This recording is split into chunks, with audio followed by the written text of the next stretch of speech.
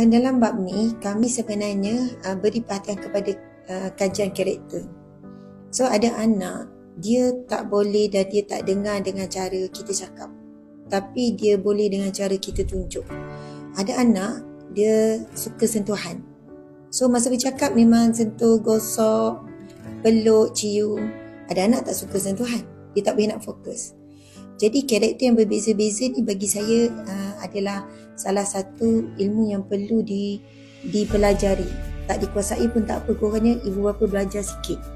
Bagi tugasan mengikut kemampuan anak-anak dan tolong jangan paksa anak tu biar sama. Antara kesilapan, dosa kecil kita panggil, kesilapan kecil buat apa, tapi luka yang dalam pada hati anak-anak bila kita buat perbandingan. Kita buat perbandingan. Cara anak-anak beri kasih sayang pada kita pun berbeza. Tak boleh kita kata anak ni tengok ni bagus ni, pandai ni, jaga hati ni, beri contoh kan.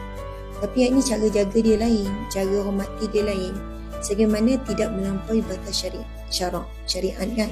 Jadi kita perlu banyak consider lah. Sebab Allah ciptakan semua manusia berbeza. Kita nak anak kita terima kita seadanya, kita pun terima anak kita seadanya.